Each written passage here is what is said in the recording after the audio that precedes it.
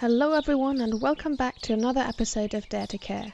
My name is Masha and I'm always on the lookout for new people who are passionate about animal welfare and with whom I can have a great conversation about the many ways one can get involved. This time I talked to Gemma, who is the founder of Halal Animal Welfare Association. She teaches animal management and biology at the USP College in the UK and is an expert on animal husbandry and welfare for the halal industry. We talk about the nexus of Islam and animal welfare, which includes more than just the halal slaughter. We dive into Islamic teachings and explain what exactly tayyib means in contrast to halal, but also what challenges there are with regard to the labeling of products in a globalized world. And now, let's jump straight into the episode with Gemma.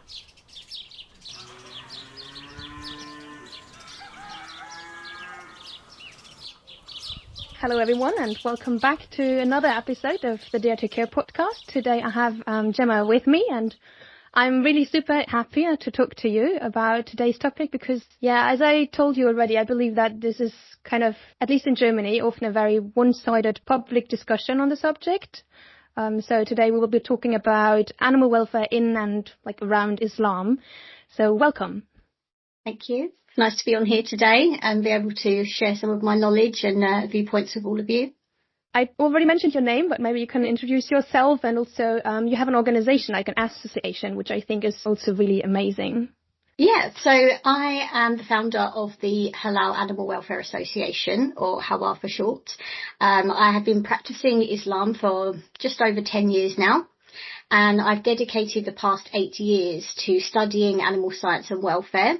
And I'm currently completing my doctorate studies in agriculture, so I'm still continuing those studies. In 2018, so quite some time now, I established Halal. It began as a community project involving mosque visits and coffee mornings and just, informal chat to raise awareness about livestock production and our halal meat industry. And now it's evolved a little bit more. So today I collaborate with global industry stakeholders to discuss farming practices and the halal industry. And I frequently speak at conferences now as well. Some of my work as well to reach a wider audience is online through social media and of course my website. A lot of things I post on my website and social media are quite UK focused, which is fine for EU, legislation, because it's similar. But now I'm having to adapt things to fit in with all the other global viewpoints as well on animal welfare. So did I understand it correctly that you're mainly focusing on farm animals and production animals? Yes, so majority of my work is about the production animals for the halal meat industry. But now I have expanded a little bit because people who are already quite aware of the industry are now asking me about things like animal testing for cosmetics. They're asking me about pet ownership and also even things like wildlife conservation, like going on those tourist trips and holding baby tigers and things like that. So now it's really digging into my knowledge to actually look up these viewpoints from an Islamic perspective about whether we should, partake in these things. I mean, you said that you have an agricultural background and you're still studying it. How did it come that you became interested in animal welfare? Was it during your study or even before? So I've always been a bit of an animal lover anyway. I've always had pets at home and always cared for them. But while carrying out my studies, I started to explore the various livestock production systems, and I became increasingly more concerned about the welfare of livestock. Basically, a lot of the issues that are highlighted by your animal advocates that you might see online, especially around factory farming. And this spurred my research further into animal rights within Islam specifically. There was lots of my study that was focused on researching, the general law around how we keep farm animals and what might be wrong. But I wanted to know from a religious perspective. And I wanted to see whether these modern farming practices align with the teachings of, religious teachings within Islam.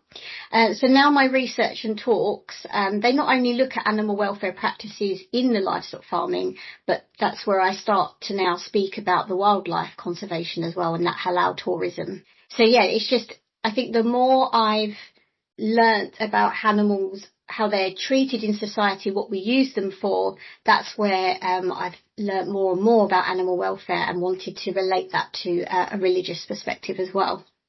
Yeah. So then let's dive into the Islamic teaching maybe. I mean, in Europe, the Christian belief is very dominant, even though I would say the majority of the people is not aware of that fact. But it has a big influence on legislation, etc. So what, from your knowledge, your expertise, what are like the key Islamic teaching and also principles regarding animal welfare? It's the same in the UK. So we're considered a Christian country. I mean, we're very diverse here in the UK, but predominantly we are a Christian country. We have Christmas holidays and things like that. But we do have, I think it's around 4% of our population is now Muslim, and it's growing every day. So if you look into the actual religious teaching, so all three of the Abrahamic religions, so Judaism, Christianity and Islam, they all speak of kindness to animals and to fear God in how we treat them. But if you look at some of the previous scriptures, so Judaism coming first, humans are perceived as being like superior, I suppose, to animals, because we're, we can control them and we use them for certain things. They're what is considered mute, even though they speak to each other, of course. So with regards to Islam specifically, humans are regarded as like the stewards of the earth. And we have a responsibility to protect and maintain the natural world, including animals as well as ourselves. And this is actually mentioned in the Quran itself. It states that it is he who has made you successors upon the earth. So it's basically telling us that we should be looking after all of creation, not just ourselves. So ethical treatment of the animals is a reflection of our faith and our moral character. We have to be kind to other creatures. We can't treat one worse than the other, even though, of course, we do, even outside of a religious background. We all have prejudices. We were speaking about this earlier, actually, at home.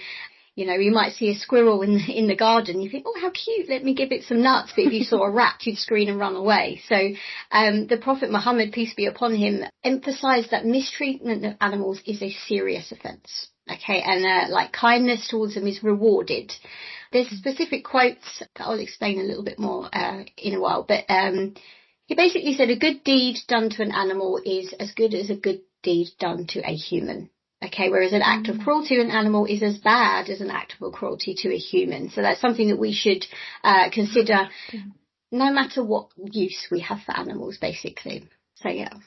The last quote you mentioned, it's really interesting for me because kind of then equals the worth of I think of like certain animal species to the same value, like the same worth of a human.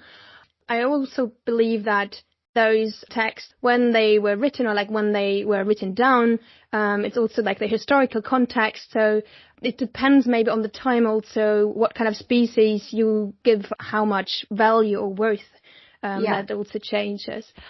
So, I just found it very interesting because, like, historically, there is like this ladder of species, right? The human at the top that you mentioned, and then there's also this still ongoing discussion in the science field about categorization of species depending on the nerve system, etc. Really fascinating. Are there specific phrases or verses about how to treat an animal? I mean, you mentioned like the general aspect of if you treat an animal good, that's the same as if treating a human good. But does it also at some points go a bit more in detail? Yes, so we have our main holy book, which is the Quran, but we also have what's called Hadith, and the Hadith are recorded sayings or actions or something that was given approval by the Prophet Muhammad, peace be upon him, and they kind of serve to us like crucial laws and Islamic teachings and guidance, and they kind of come second to the Quran.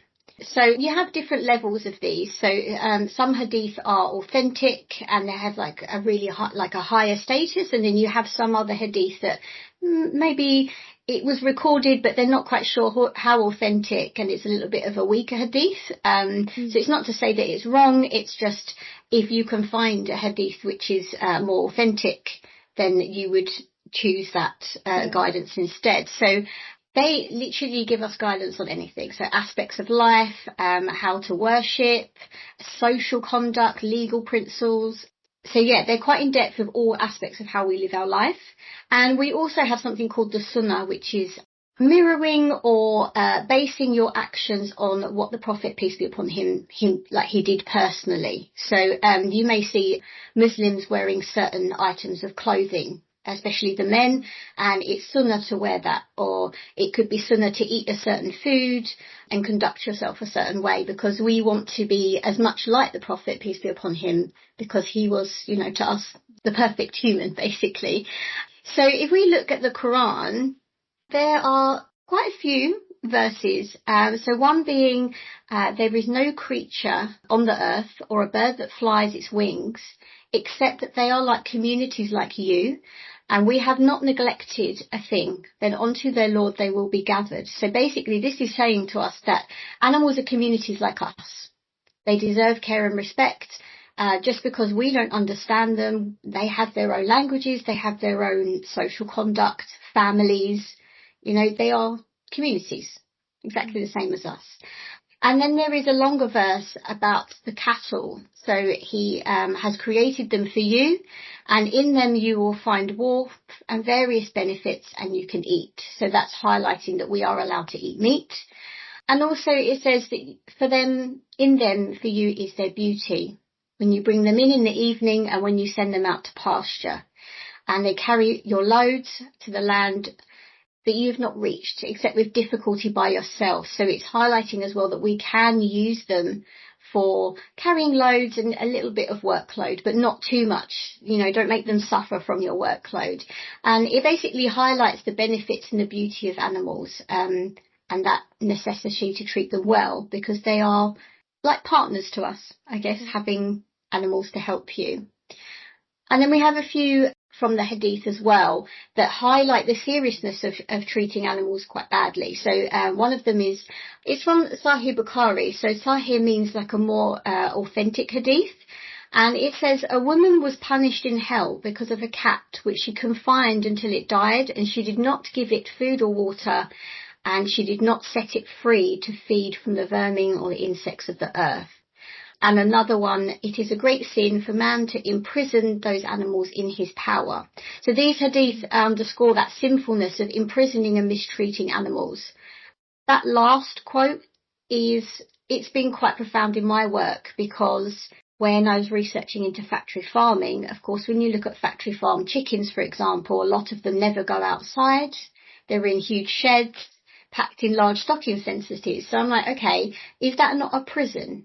So are we not in sin for keeping those animals in that way that's potentially a prison? Which I'm trying to figure out within modern welfare science where that boundary lies, which has been quite interesting. Really good discussions about that as well. So yeah, they're the main, I think, the more prominent ones that you will find in the Quran Hadith. Yeah. Definitely. Maybe this is a really basic question, but I don't know that much about Islam, and especially like the different texts you use.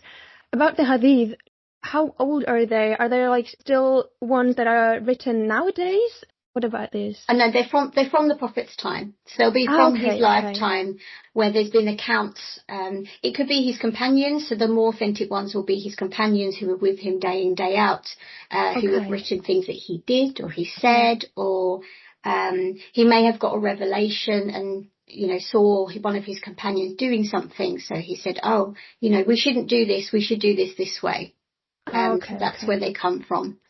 And if you then think now about, the modern, still also developing animal welfare, and also the approach, the view that we have, how can we interpret some of the phrases or verses you quoted, how we can use them in the context of the modern animal welfare? Because I think, as I said, it is really also the time, like the context of history that we have. Yeah, so our modern Islamic scholars, they interpret the text as like a clear mandate for compassion and humane treatment to animals.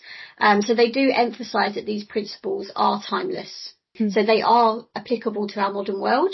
The more, I'd say, more prominent scholars, maybe more well-known scholars, and there are others, they frequently address animal welfare in their lectures, emphasising the importance of mistreating animals and how we should treat them with kindness and compassion. There was also a Islamic declaration on global climate change as well. So this was signed by numerous scholars, and this actually highlighted like the ethical responsibility of Muslims to protect the environment and living beings. So this was a reflection on those broader applications of animal welfare, but I think there's still a long way to go to get down to, more specific areas of animal welfare. Where our halal meat industry is concerned, there is a lots of review going on, especially where slaughter is concerned. And, you're just told like, oh, the animals have to be treated well and fed good things so you eat well as well. But I think there's still a long way to go to actually define some of those boundaries and what it actually applies to as well. Yeah, I mean, it also differs really on the different cultural backgrounds. And you said there are like different scholars that maybe have different views. So what would you say are the main differences maybe between different scholars in different regions or like areas where Islam is being practiced? I'd say there's quite a few variations on how the animal welfare is perceived, mainly due to cultural aspects. So a lot of the differences, the same with non-religious people, is influenced by local customs, maybe level of awareness and education, and also those interpretations of Islamic teachings as well. It could be that maybe you've got a more underdeveloped country where their Islamic teachings maybe aren't as advanced, and then you've got those that, have the time, money and resources to be concerned with animal welfare and put like a big project about this. But the core principles of compassion and humane treatment of animals is universally upheld in Islam, but the implementation will be vary widely, really. Yeah. If we look specifically at the UK and the EU, where we're all based, we have very high animal welfare standards. And generally our developed countries where I'd say we're a bit more privileged. We can be picky about how animals are kept and treated, whereas another nation who's underdeveloped, they have a greater concern maybe for just having food on their plate or like a nutritional value to their meat or food. So it may be that they are animal lovers. It's not that they don't like them. It's just, their survival and having production and an income is very different. So their welfare is perceived very differently to us. So it's not per se than a religious reason why animal welfare standards might be different? Yeah, so I would say a lot of it is potentially the demographic and the cultural as well, and the education level. I mean, those in the underdeveloped countries, maybe they got some education that we should treat animals a certain way in Islam, but if it's about survival and making an income for their families, then their priorities become very different. Maybe going to like the dietary laws that we will find in Islam, because I think most of the people are aware about like pork, for example. This is something forbidden, and that you will find also nowadays in Europe those, not logos, but like the sign like halal on certain products. Yeah. But I think there are some more aspects that you can talk about. Yeah, so our halal products, you'll see the halal stamp on them. So in most cases or all cases, that particular food has gone through production, and then there's been a halal certifier or controlled body that's checked that product. They will have made sure that it hasn't been cross-contaminated or produced with pork products or maybe alcohol or something that is haram, so forbidden. If we look at our dietary laws more of a whole, we are commanded to eat what is halal, which is lawful, and something called tayyib, which it translates to like wholesome, pure, clean food. So this has been mainly to do with species and cross-contamination with those haram substances. But now research is branching out to include animal welfare as part of that tayyib.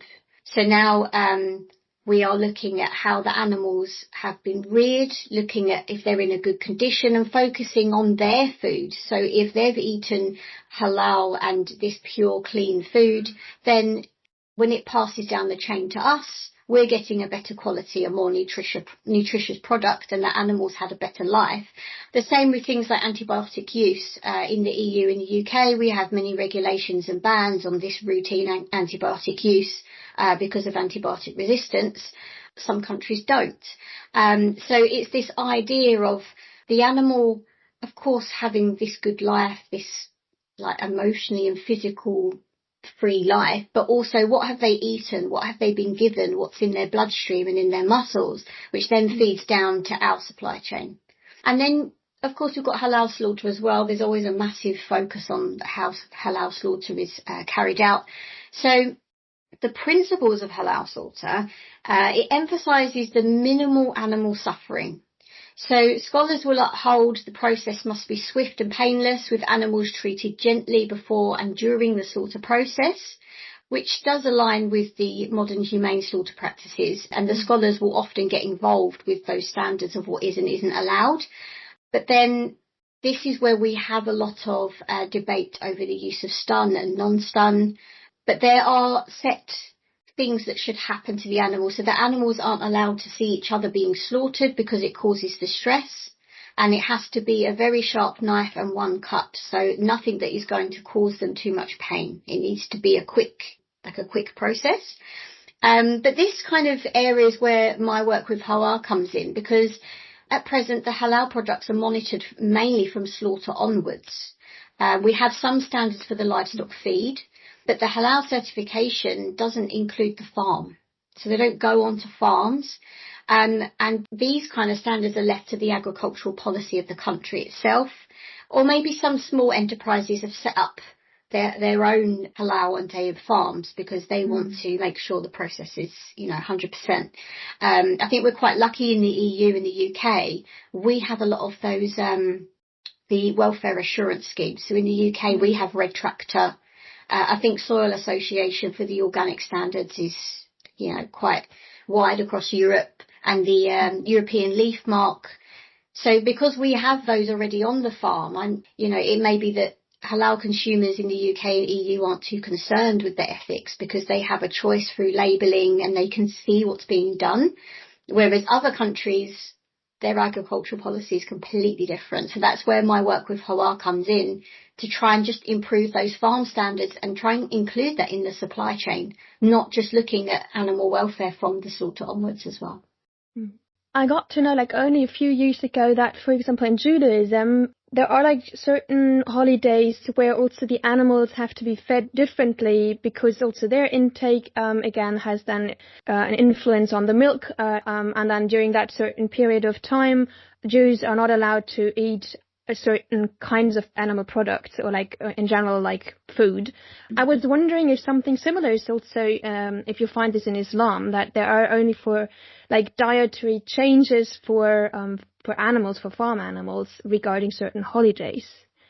I wouldn't say so much regarding holidays. I think as a whole we're encouraged to feed the animals well, to keep that tayyib product. The only thing that may change for us, that does change every year, is we have the Qurbani festival, which is the second Eid al-Adha, where we are required to either slaughter or pay for the sacrifice of an animal as part of a charitable act, and also to fit in with one of the Islamic teachings and stories of one of the prophets, peace be upon him. So this goes back before the Prophet Muhammad's time, where we offer this sacrifice. So we are given certain conditions about the age of the animal, the health of the animal, what animals can be slaughtered, where it should be distributed, that meat. It's normally those less fortunate than you. It's split into three, so those less fortunate than you, your community, and then you may keep some for yourself.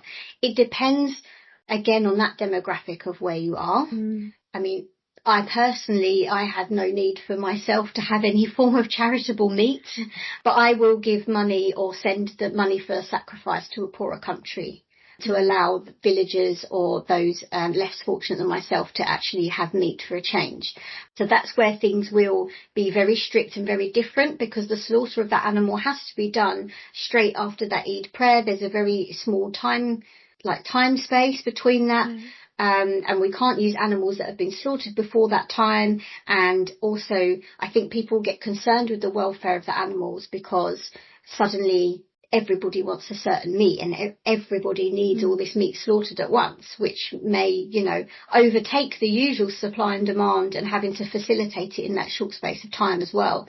It can create a lot of food standards issues along the way doing that, especially with storage as well of meat. I had another thought about going back to the slaughter, the halal slaughtering, because you said that they should be treated kindly before and while being slaughtered, and that the animals shouldn't see each other while being killed. And I mean, during my vet study, I had to do also an internship at a slaughterhouse, and at least in Germany and the ones that I've visited, like chickens, for example, you don't kill them separately. You kill them in a row and you hang them upside down. I'm really sorry for creating now a kind of a horrible picture, but this is the reality that we face. So I was wondering, okay, so this is not halal because, I mean, they're still conscious at that time. And also with pigs, I know that there are different ways of slaughtering them, either by, like with electricity, that can be done individually, like one by one. But then there's also another way of using like these gas chambers, and then they are usually like in a group of like 5, I think, or 5 or 6. So again, like more than one are together and being, I mean, killed and slaughtered. So would you consider this then as haram? These are some of the challenges that we are facing. So there are chicken slaughter methods that are being used now around the world where they actually use a cone. So they'll put the chickens into the cone so then they can't actually see each other. And as you probably know, when you handle chickens, once you grab their wings and they're quite comfortable, they don't panic. They're just there. Yeah. So this cone method is something that's really being encouraged. But of course, a lot of them are, shackled. It is accepted by the halal monitoring bodies. The thing is with the halal monitoring bodies, they're independent companies. They have different sets of standards of what they accept and what they don't. And I think, unfortunately, if you want to be, really precise with your halal slaughter, then those chickens should go into the cone system. They shouldn't see each other, and they certainly shouldn't be, suffocated in a small chamber with each other. That sounds awful. But I think what happens, one of the big challenges in our industry is that supply and demand, is that, they want tens of thousands of chickens being slaughtered an hour. How are we supposed to facilitate this? And also with halal slaughter, you have to say what's called the tasmiyah, the blessing to each animal. So we have this ethical duty and care, and that they have to be healthy and handled well. But I think if we actually did an investigation and looked into these slaughter practices hands-on, which obviously there's many slaughtermen out there who are dealing with these issues on a daily basis, many chickens probably end up with a broken wing, maybe a broken leg, because as soon as you grab them, they're flapping, aren't they? Wouldn't you? If you were hung upside down, you'd be flapping as well. So this is definitely the challenges that we are facing, and I think that's why now a lot of the halal certification bodies are starting to accept stunning because of that supply and demand. But there is a lot of debate around what stunning methods are acceptable. With the larger animals, it's a little bit easier maybe to have these debates because they're large, they go in by themselves. We have different stunning methods for them. But with chickens, there is, constant debate, constant discussions. And of course, even if you used electric water bath stunning, for example, all the chickens are different size and weights. We have to carefully monitor what the voltage is for that, because the animals can't die. If they die before the slaughter, then that's not a halal chicken at all. So, there's lots of debate around that. But at the moment, the shackling of chickens is still allowed. But of course, they can see each other if they're not stunned. But I personally believe that the use of the gas stunning for chickens, it shouldn't be allowed. It shouldn't be halal. I mean, can you imagine being put into a lift, for example, with 5 other people and they slowly cut off your oxygen? It's not a humane practice at all. And I think this is where we struggle with the halal industry, and a lot of the pushback and a lot of the, people don't like it is because they think halal's not humane when it should be humane. That is what halal is. That is what Islam is. It should be humane. But then to me, humane slaughter is a complete oxymoron. How can you humanely kill something? I mean, obviously I'm an animal rights activist, but there's no nice way to kill something if you want to think of it that way. But I definitely think the demand is a problem when putting these standards into place. So this may be an isolated case, but there was a slaughterhouse that was promoting themselves as hand slaughtered unstunned, so the Tayyib Halal way, and they could achieve 25,000 chickens a day this way because it was a bit slow. I mean, if you're saying the blessing to every bird and you're being kind and you're being nice, but actually their demand was over 50,000 birds a day. And it turned out that they were stunning some other chickens, taking in other supply that may have not been done correctly just to meet that supply and demand, but they were still marketing them as that halal and tayyib slaughter, which, that's a big issue. Something that halal fraud is unfortunately occurring everywhere. Yeah. But I know now in the EU, a lot of the countries don't allow the non-stun slaughter anymore. So in the UK, we still have that religious right. But in the EU, it's being phased out. So that's something that the halal control bodies are having to tackle very quickly about what is acceptable and how the animals should be handled.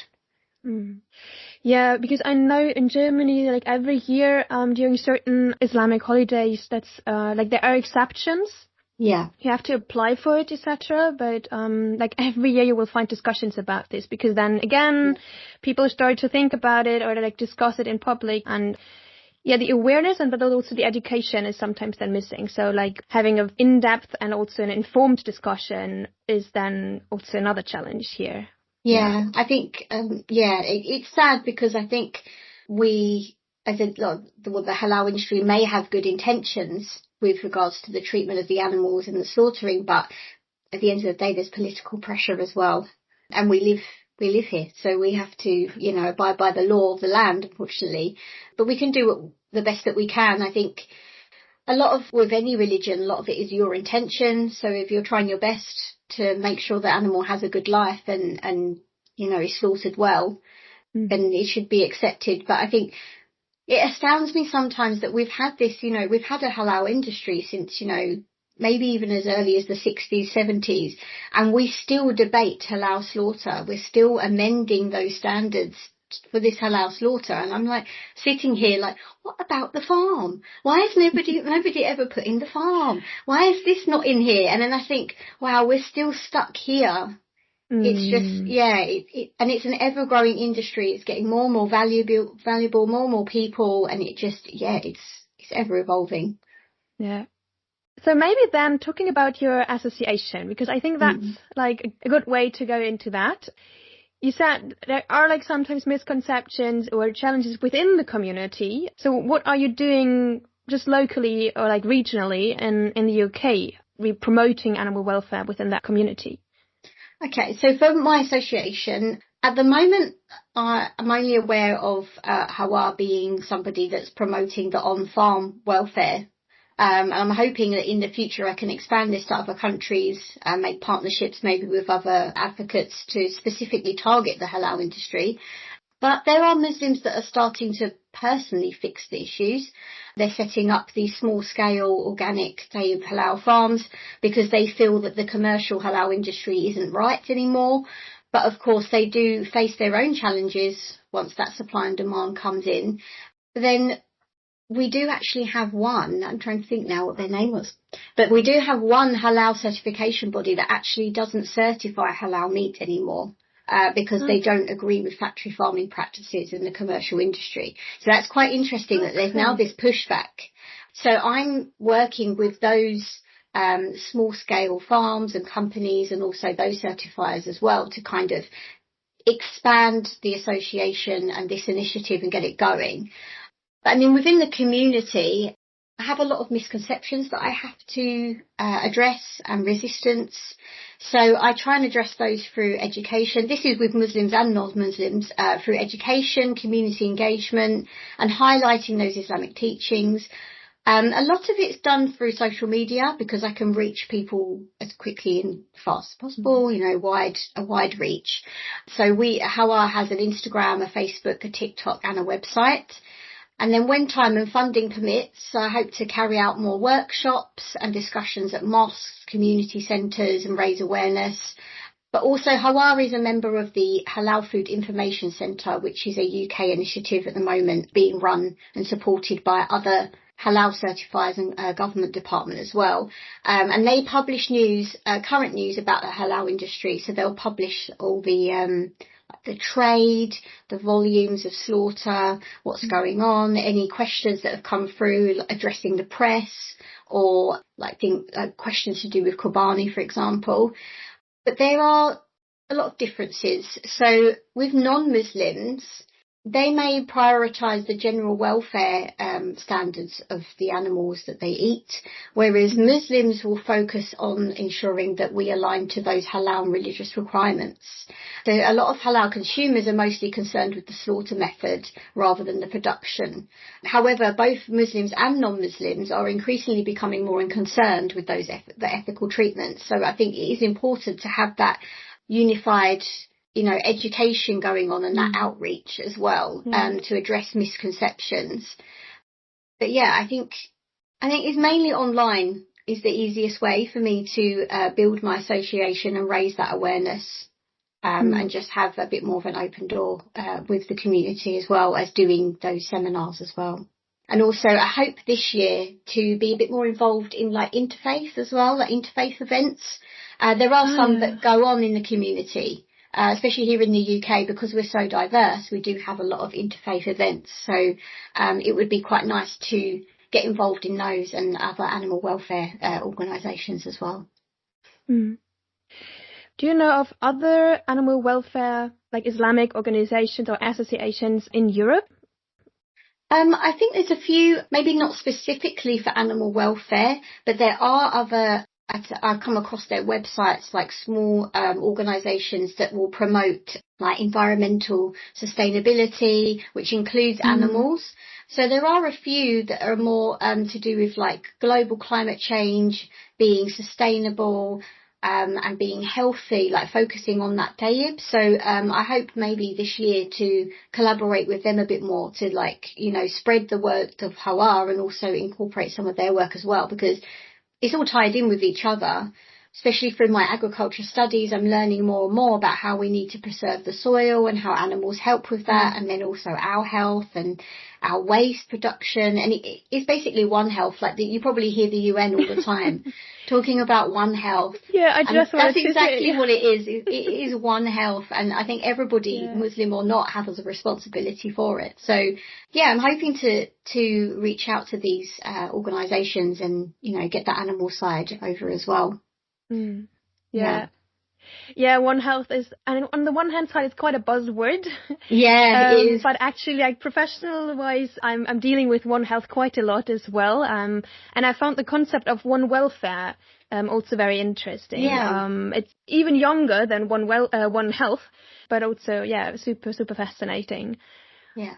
What do you see, maybe coming to more or less to an end, what do you see as the future maybe of animal welfare in the context of Islam? So what kind of changes do you see in the next 5 years, or do you wish for?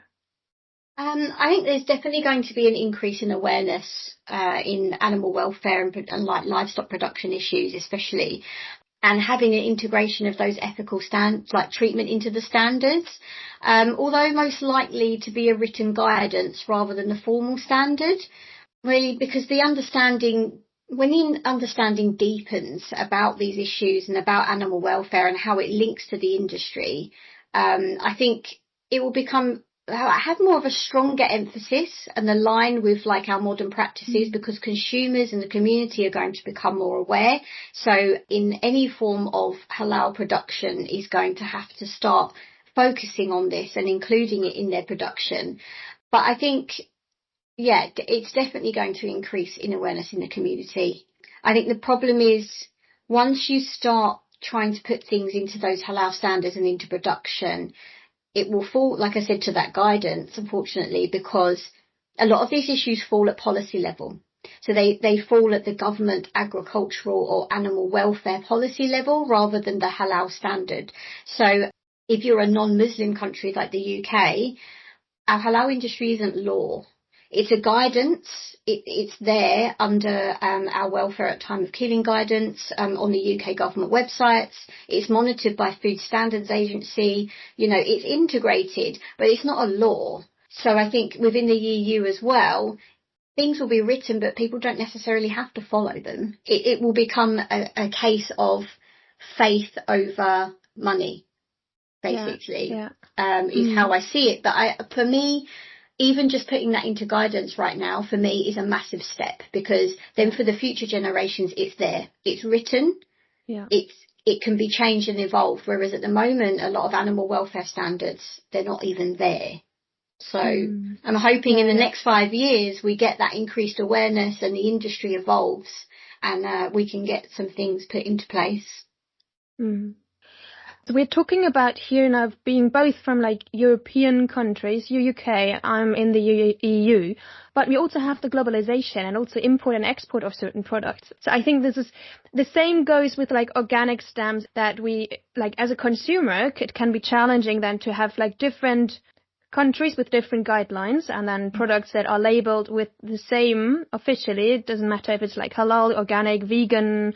I mean, vegan is quite simple, I think, but like different ways of how food has been produced and being treated until it arrives at your home. So I think, again, this is also another issue that might be difficult then for the consumer to like decide, okay, what kind of product do you actually want to buy and can buy, and be sure that this is the way how it's supposed to be.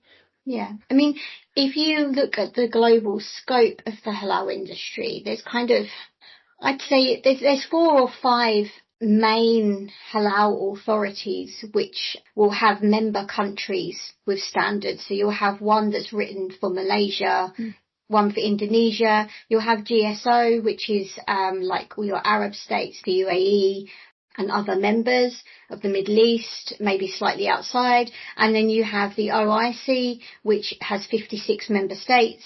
So they all have their sets of standards. So when they want to do trade with each other, they have to fit that standard to be able to import to that country. Obviously, the UK being a non-Muslim country, we're not a member of any of those. But we, of course, have that respect and understanding that if we want to export, I don't know, say we want to export some beef to Dubai, we have to meet that halal standard to be able to export that beef. So I think it's the same as like the organic standards. It's slowly becoming its own huge label, I suppose. It's just at the moment we all use that same logo that obviously says halal, but it can mean different things. And there's only so much you can put on labeling on a product. Right, so even outside of the halal industry, we want to know how it was raised, we want to know how it was slaughtered, we want to know its name. You know, we're really getting into this, but there's only so much you can put on a packet. Yeah, so. Absolutely. Yes, thank you very much. The very, very last question I always have for my guests is there anything else that you would like to mention, that you would like to talk about, or give some advice to the audience, some hints and tips? Maybe also to get more information.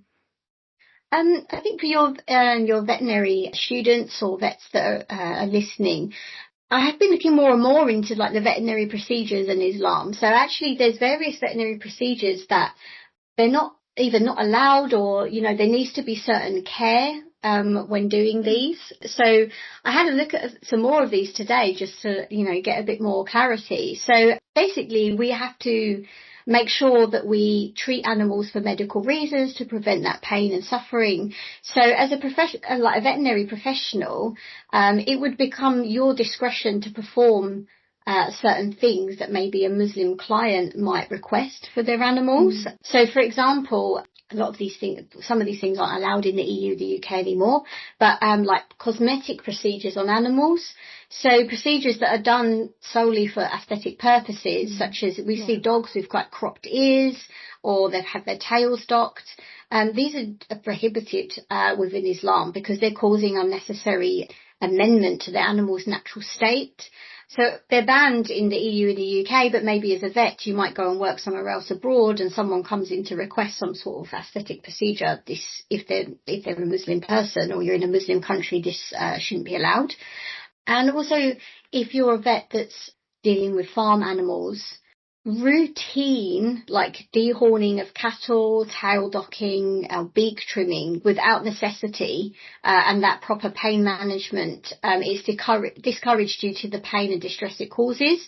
So in this case, we shouldn't carry it out just because it makes production easier. So for you as a vet, if you've gone to a farm and you think that actually there's problems with the husbandry and the production practice that's going on at the farm is actually the cause, not that necessarily the animals need to have some sort of mutilation or adjustment, then that should be your discretion to maybe suggest alternatives as long as the animals aren't suffering. Because basically as a Muslim, if I was a farmer as a Muslim, I shouldn't be just dehorning my cattle or debeaking my poultry because I've packed them into a really tight space and they're just, they're distressed, they're emotionally, freaking out. I have to address those welfare and husbandry issues first.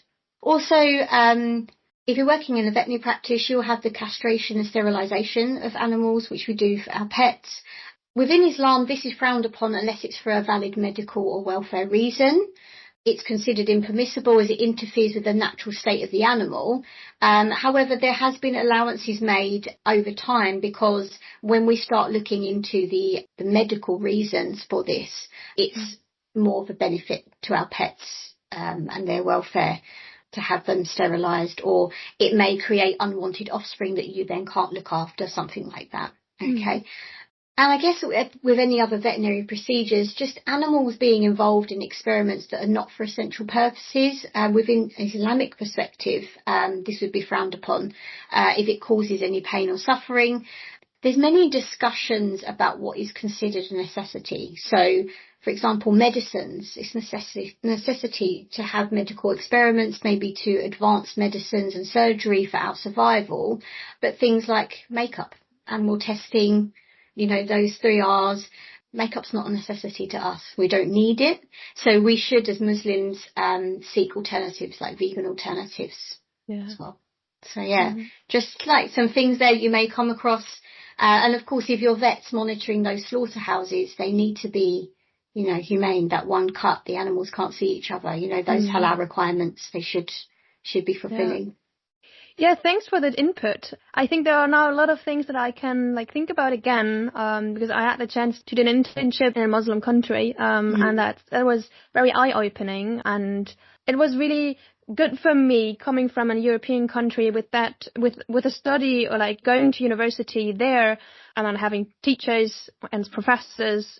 I think all of them had a kind of a Christian or atheist background, and then coming to a Muslim country where I had the chance to have amazing discussions and arguments sometimes, only a few times, but great discussions with students there. Yeah, that was really, really cool. So thanks again for your time. I hope to hear more about your work in the future, and maybe we'll see each other on, I don't know, maybe the next Animal Welfare Congress or something. Yeah, that's it. We might end up meeting up and having further debates and discussions. Yeah. So then, good luck with your association, with your work, and also on going onto the international platform. Good luck for your work. Thank you. It's a lot of work. I don't expect it all to be finished maybe in my lifetime, but it's a start. Anyway. So thank you for having me. And it's over again. I hope you have learned something new or have been inspired. If so, please share it with someone you know, and by that, let's make the world together a little wiser. Take the time to give us 5 stars and a good review. If you would like to know more about Gemma's work and her association, like always, you'll find a bunch of links in the description to get more information.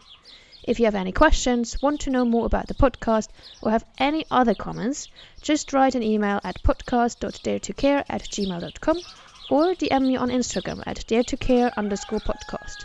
Thanks for listening, and see you next time.